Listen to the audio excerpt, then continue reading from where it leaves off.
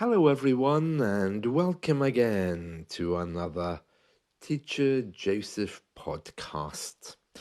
Today, we're going to look at the letter D.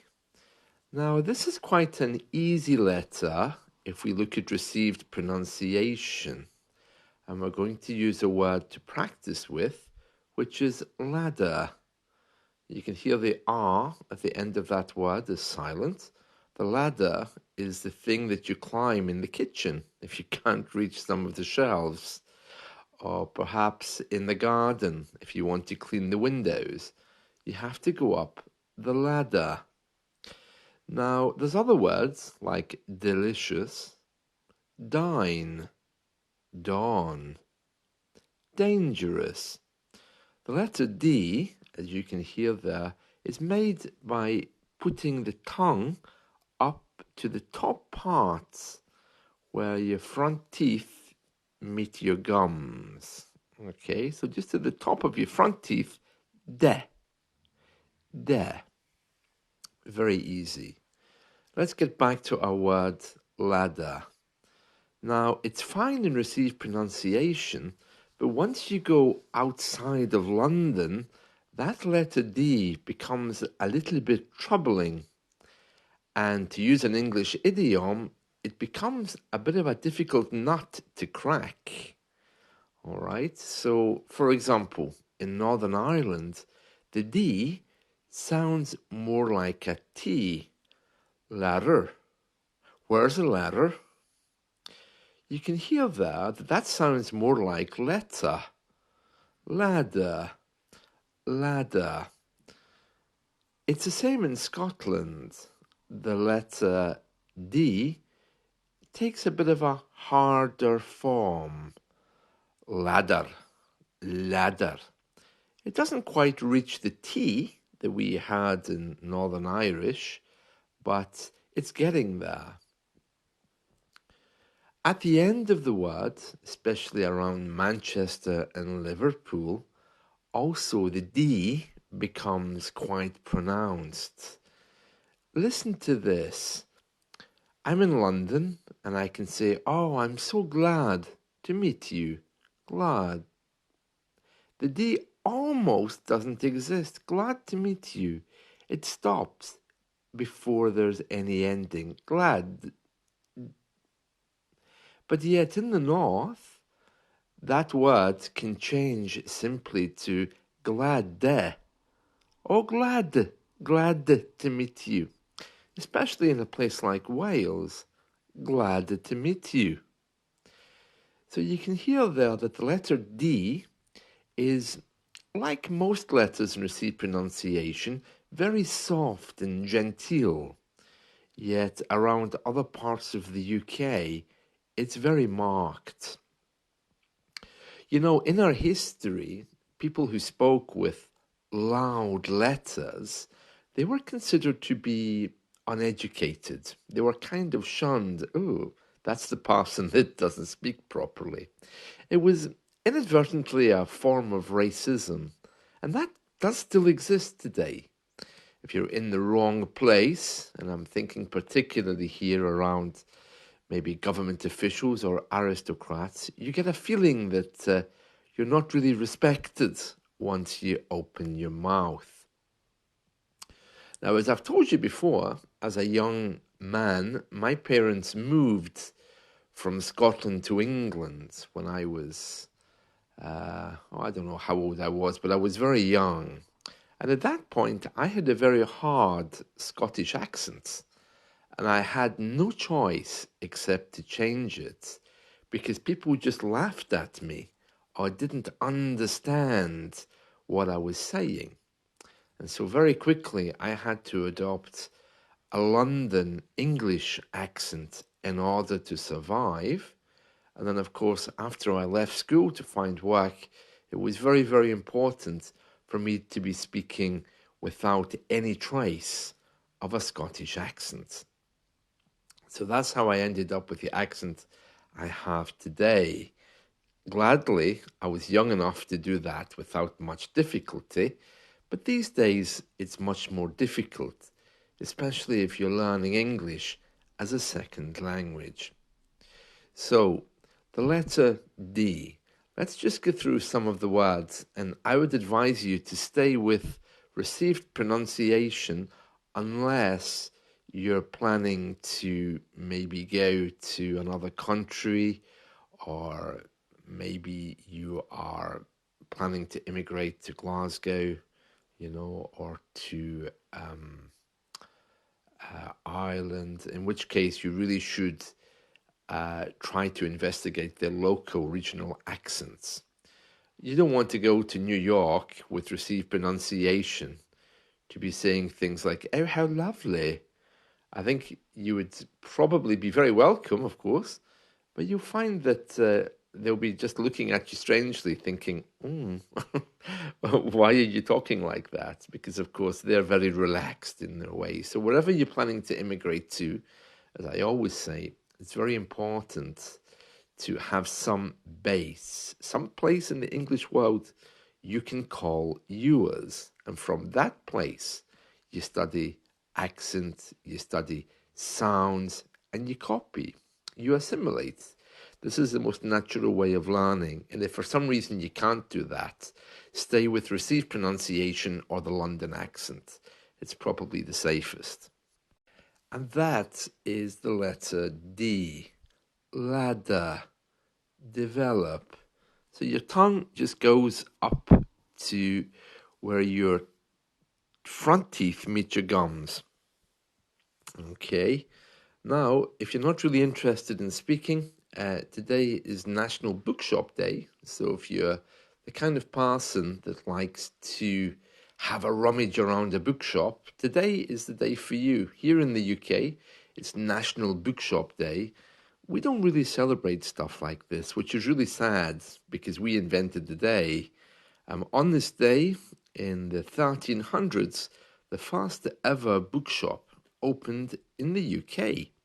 So that's a really good reason to celebrate. You would think our local bookshops would have discounts or sales, but I think most of them don't even know. Very sad, very sad. Anyway, here's some interesting facts about bookshops. The largest one is the Barnes Noble bookstore in New York in the USA. Other things I can tell you, the most expensive book ever bought is a book by Leonardo da Vinci, which is called Codex Leicester. And that was bought by Bill Gates for 30 million. Wow. Of course, probably for him it's an investment. I don't think he's settling down with a cup of cocoa after a hard day at the computer with it, is he? It's probably kept in a bank vault, I would guess. Since the earliest printed book covers, they were thought of as works of art. So since the earliest time, printed book covers were considered to be special, and there was no room for the author's name, so that's kind of a new thing. And the first book ever written on a typewriter was Mark Twain's The Adventures of Tom Sawyer. Other things I can tell you is that people in Iceland read the most. That's a bit strange, isn't it? Maybe it's because of the weather. They're probably freezing up there, so they'll get through a lot of books if they're very cold, won't they?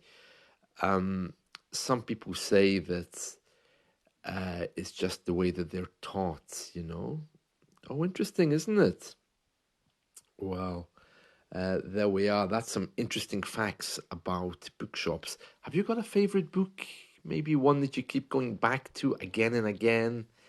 It's hard to think about one, isn't it? Especially when you've got a Kindle full of them and printed books stored away. The problem is I have so many that I want to read them, but it's just about choice, When you have so many of something, it's not very inspiring. Maybe Lord of the Flies. That was a good one. Lord of the Flies was by William Golding. about a group of kids who crash on an island. They were flying somewhere. They crash on an island and they end up being stuck there without any adult supervision. And it's about how they become rather primitive. They change from being very well educated schoolboys into a group of kids who hate each other, and they start to become very primitive, and they divide into two camps, and then they go to war with each other and kill each other. Yeah, that one's quite interesting. Lord of the Flies. And yeah, the conch, that's like a big shell, becomes the symbol of power. It's about how if you're not careful, society can easily go back to primitive ways. A very good book, yeah. Lord of the Flies by William Golding.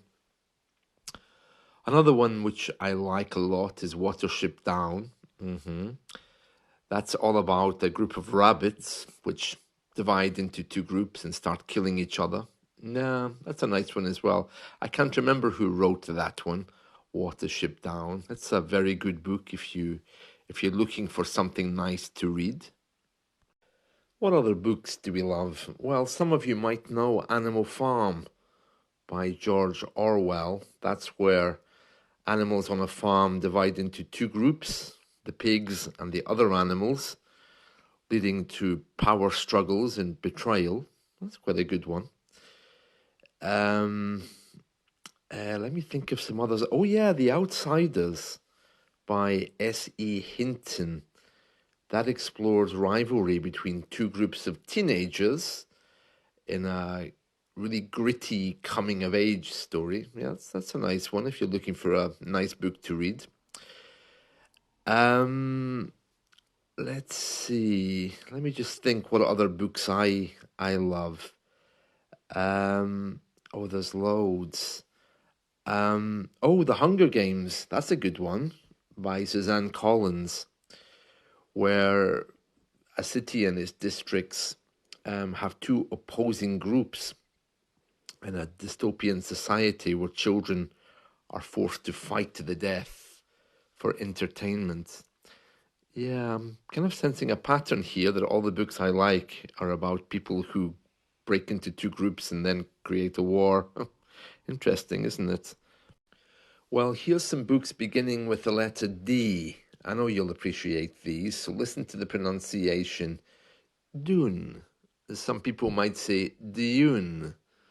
Yeah, it depends on who you're talking to about that letter U. If you compare Whitney Houston with Whitney Houston. So yeah, Dune or Dune by Frank Herbert. That's that science fiction epic. I know you all know it. Many of you have told me you've read that. Dracula. Oh, that's a nice one with the letter D, isn't it? Yeah. That's the classic gothic horror novel with the vampire. Oh, I watched a version of that the other day. Oh, it was absolutely brutal. Brutal. The best Dracula, as far as I'm concerned, is the one with Frank. Is it Frank Langella? Frank Langella, the American Italian actor. Da Vinci Code. That's a nice one with the letter D, isn't it? Everyone knows about the Da Vinci Code. Diary of Anne Frank. Oh, yeah, that's quite a well-known one, isn't it? The historical diary of a girl during World War II. Yeah, very sad. Divergent by Veronica Roth. I don't know if you know that one, Divergent. It's the first book in the dystopian young adult series set in a divided society based on personality traits. Oh, it sounds good, doesn't it? I love books where they split into two groups and kill each other.